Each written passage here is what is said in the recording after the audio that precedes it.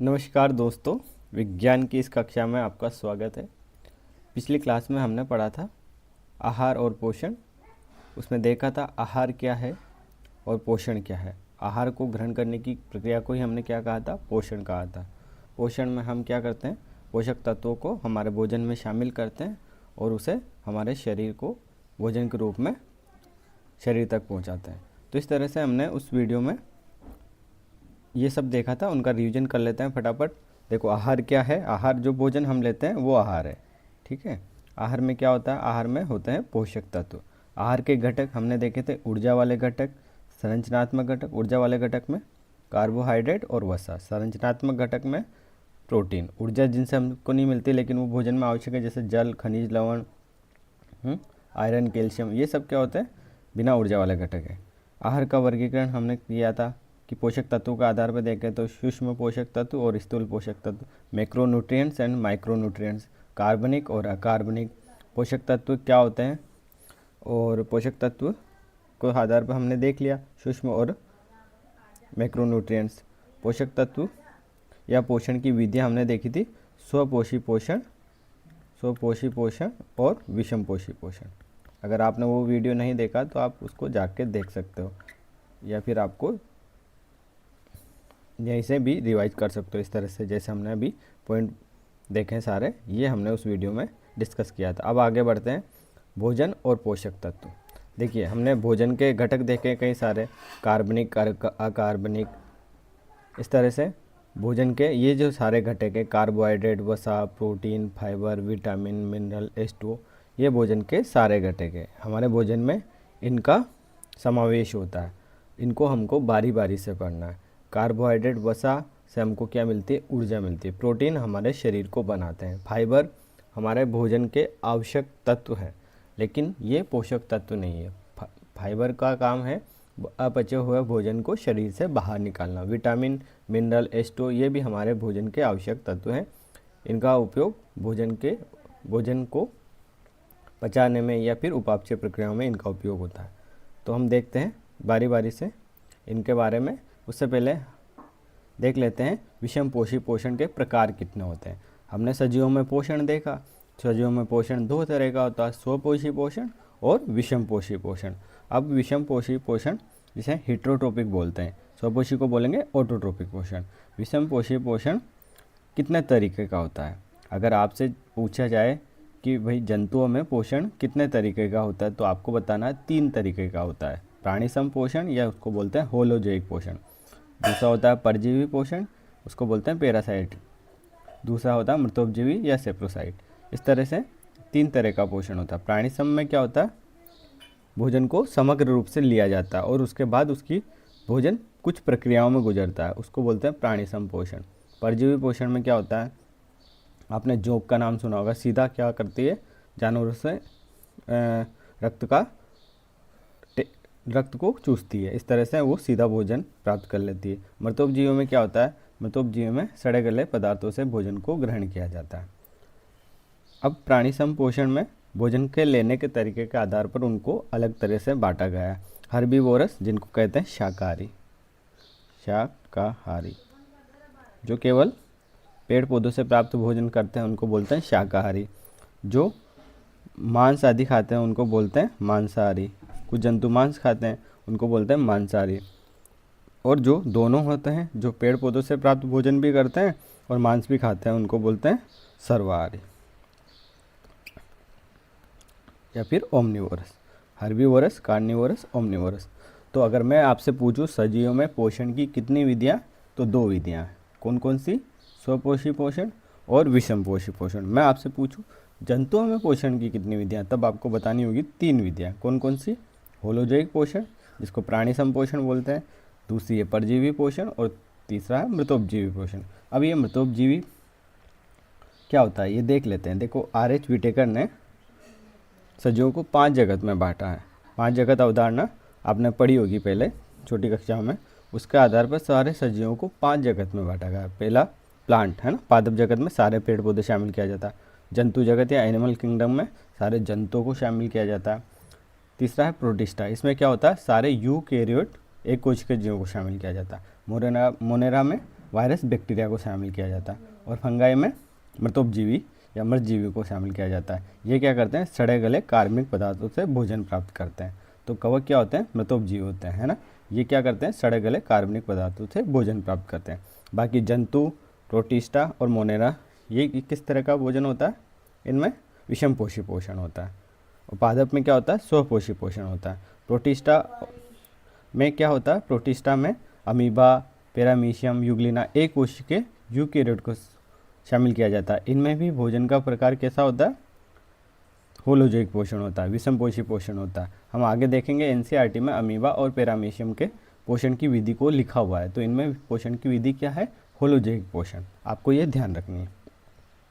अब देख लीजिए होलोजोइक पोषण क्या होता है। होलोजोइक पोषण यानी प्राणी संपोषण, इसका 5 स्टेप में होता है। सबसे पहले भोजन का क्या होता है, भोजन का अंतर्ग्रहण या इंजेक्शन होता है। उसके बाद उसका पाचन होता है, मतलब डाइजेशन होता है। उसके बाद भोजन अवशोषित किया जाता है शरीर के द्वारा, एब्जॉर्प्शन होता है। उसके बाद उसका एसिमिलेशन होता है, मतलब स्वांगीकरण, वो शरीर के प्रत्येक अंग को या प्रत्येक कोशिका को भोजन का लगना, आत्मसात कहते हैं ना, खाना खाया पर लगा नहीं, तो वो होता है स्वांगीकरण। भोजन में से आवश्यक तत्वों का शरीर के निश्चित भागों या जहाँ उनको पहुँचना है, पोषक तत्वों को वहाँ पहुँचना क्या होता है, आत्मसात या स्वांगीकरण। उस उत्सर्जन में या इंजेक्शन में क्या होता है, खाना, अपचा हुआ खाना वापस स्टूल के रूप में बाहर निकल जाता है। तो इस तरह से होलोजोइक पोषण की ये 5 विधियाँ आपको याद रखनी। मनुष्यों में, अमीबा में, पैरामीशियम में, इनमें क्या होता है, वो पोषण की कौन सी विधि है, होलोजोइक पोषण, आपको ये ध्यान रखना है। आगे हम प्रश्न भी करेंगे, उनमें हम बारी बारी से देखेंगे, ठीक है। अब देखिए हमने पढ़ा पैरासिटिम, परजीविता।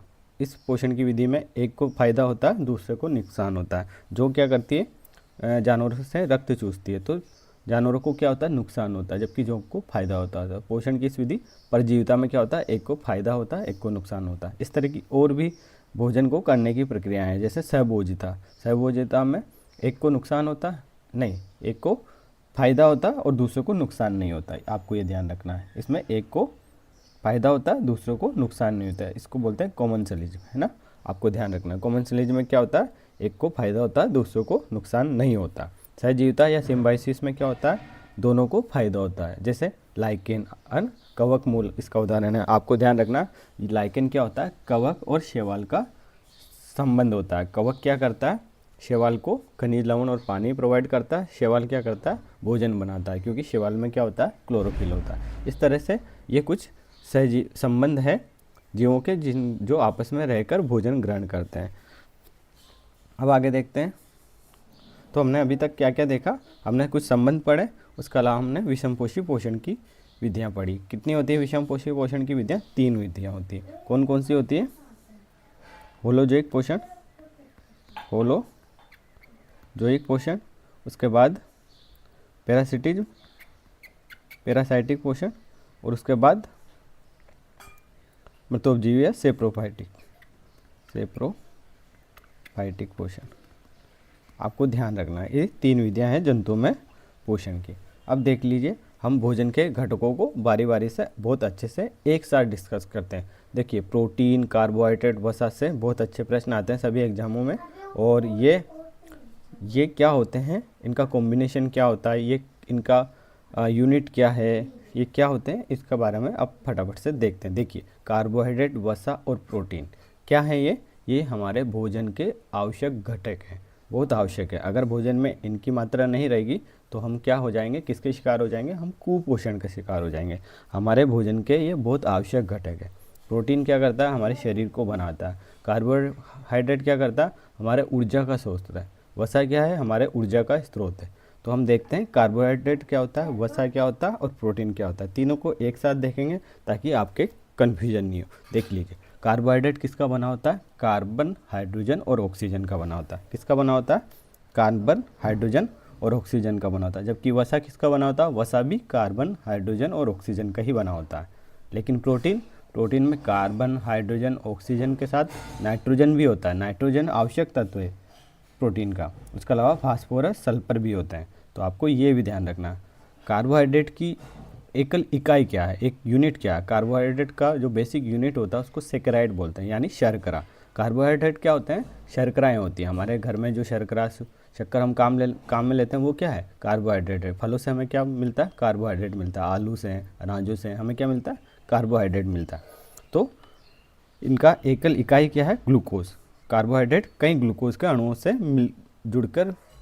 जुड़ने से मिलकर बनते हैं। तो इनका एकल इकाई क्या है? ग्लूकोज है, शर्करा, सेकेराइड।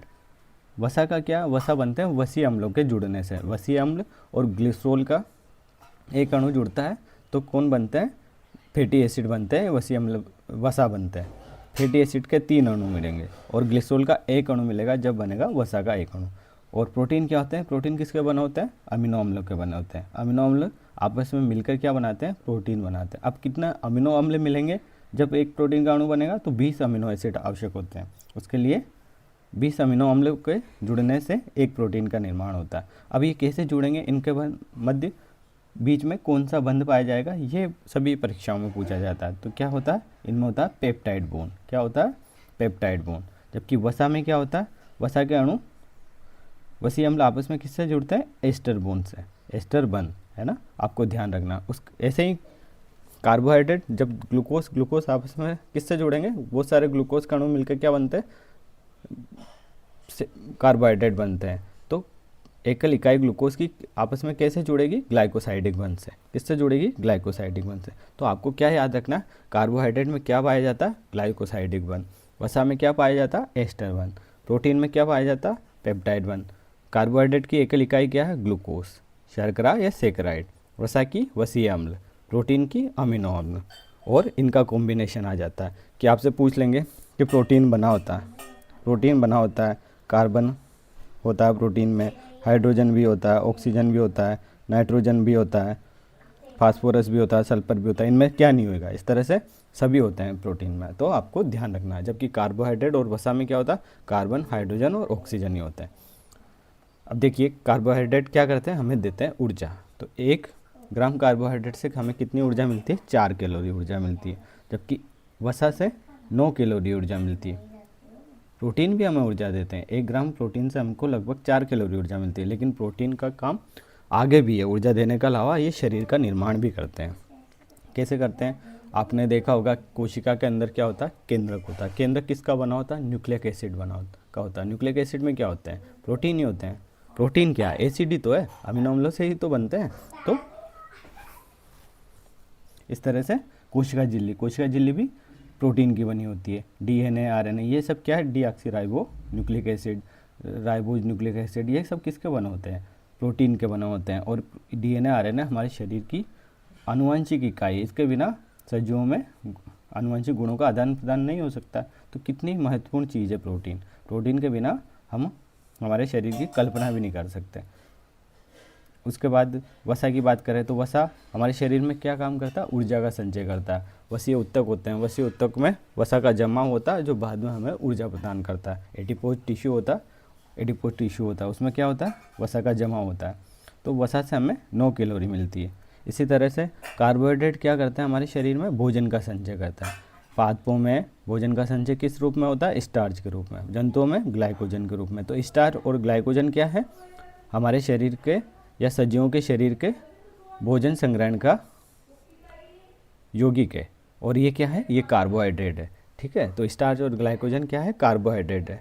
और 1 ग्राम कार्बोहाइड्रेट से हमें कितनी ऊर्जा मिलती है? 4 कैलोरी ऊर्जा मिलती है। इस तरह से हमने देखा कार्बोहाइड्रेट, वसा और प्रोटीन क्या है? ऊर्जा देते हैं।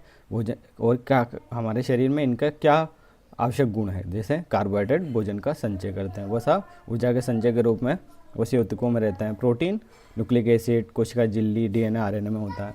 तो इस तरह से हमने देखा। अब आगे देखते हैं। अब देख लीजिए कार्बोहाइड्रेट, वसा और प्रोटीन, इनके उदाहरण देखते हैं। कार्बोहाइड्रेट क्या क्या है? जैसे आपने पढ़ा होगा ग्लूकोज। तो ग्लूकोज क्या है? कार्बोहाइड्रेट है। फ्रक्टोज क्या है? कार्बोहाइड्रेट है। Galactose, maltose, sucrose, lactose, cellulose, chitin, ये सब क्या है? ये सब कार्बोहाइड्रेट है। ऐसे ही वसा की बात करें तो वसा में संतृप्त वसा, असंतृप्त वसा, कोलेस्ट्रॉल, एलडीएल, एचडीएल, मूफा, पूफा, ये सब क्या है? ये सब वसा के रूप है। प्रोटीन में देखें तो आपने देखा होगा एल्बुमिन, ग्लोबुलिन, फाइब्रिनोजन। हमने पढ़ा है रक्त में क्या होता है? एल्बुमिन प्रोटीन होता है, ग्लोबुलिन प्रोटीन होता है, फाइब्रिनोजन प्रोटीन होता है। तो ये सभी क्या है? प्रोटीन है। Haemoglobin, actin, myosin, collagen, casein, dentin, तो ये सभी किसके उदाहरण है? प्रोटीन के उदाहरण है। ऐसे बहुत सारे प्रोटीन पाए जाते हैं। हार्मोन और विटामिन भी क्या होते हैं? प्रोटीन ही होते हैं। तो ये इनके उदाहरण हैं। इनको अच्छे से बारी बारी से एक एक को पढ़ेंगे हम आगे। तो हमने यहाँ पे सिर्फ हम देखना चाह रहे हैं कि कार्बोहाइड्रेट होते क्या हैं, किस रूप में होते हैं। वसा क्या होते हैं? जब आप खाद्य तेलों का उपयोग करते हो या तेल का पैकेट लेकर आते हो, दूध का पैकेट लेकर आते हो, तो उसके ऊपर आप देखना उस पर लिखा होता है मूफा पूफा लिखा होता है। तो ये मूफा पूफा क्या होता है? ये वसा होता है।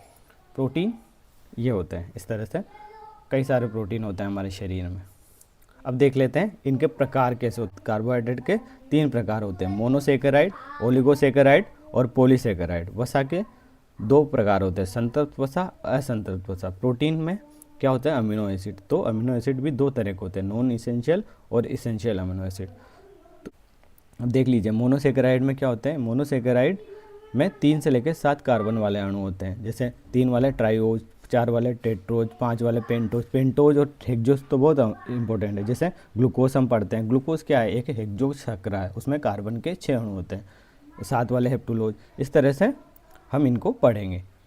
ओलिगोसेकेराइड में क्या होते हैं? ग्लूकोज के 2 से लेकर 9 तक अणु हो सकते हैं, मतलब शर्करा के बेसिक यूनिट के 2 से लेकर 9 तक अणु हो सकते हैं, या 2 से लेकर 9 तक शर्करा अणु हो सकते हैं। पॉलीसेकेराइड में क्या होता है? 10 से लेकर हज़ारों तक शर्करा के अणु हो सकते हैं।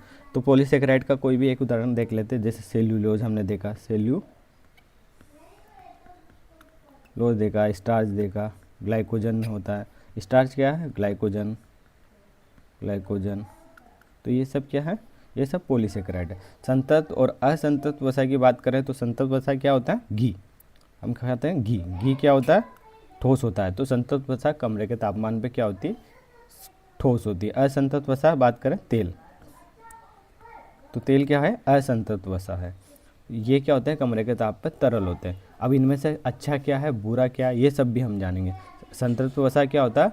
हमको क्या देता है? बुरा कोलेस्ट्रॉल देता है। कोलेस्ट्रॉल के बढ़ने से क्या होता है? हार्ट अटैक आने की संभावना होती है। तो संतृप्त वसाओं के ज़्यादा सेवन से हमें क्या मिलता है? बुरा कोलेस्ट्रॉल मिलता है। बुरा कोलेस्ट्रॉल क्या होता है? LDL होता है, लो डेंसिटी लिपोप्रोटीन।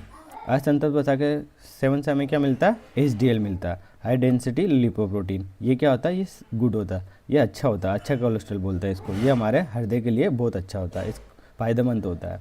तो इसका असंतृप्त वसा का हमको सेवन करना चाहिए। हमारा आहार में क्या लेना चाहिए? हमको असंतृप्त वसा लेना चाहिए। ऐसे ही प्रोटीन के बारे में देखते हैं। प्रोटीन में क्या होता है? आवश्यक और अनावश्यक अमीनो एसिड होते हैं। हमारे शरीर में कुछ बन जाते हैं, हमारे शरीर में कुछ नहीं बनते हैं। तो हमको प्रोटीन के रूप में बाहर से भी हमारे खाने में प्रोटीन को शामिल करना चाहिए और लेना चाहिए, लेना पड़ता है हमको। यहाँ पे भी आपको बहुत सारी चीज़ें समझ में आई होगी। अगर आपको वीडियो अच्छा लगा तो आप प्लीज़ चैनल को सब्सक्राइब कीजिएगा, वीडियो को लाइक कीजिएगा और अपने दोस्तों तक शेयर ज़रूर कीजिएगा। Thank you.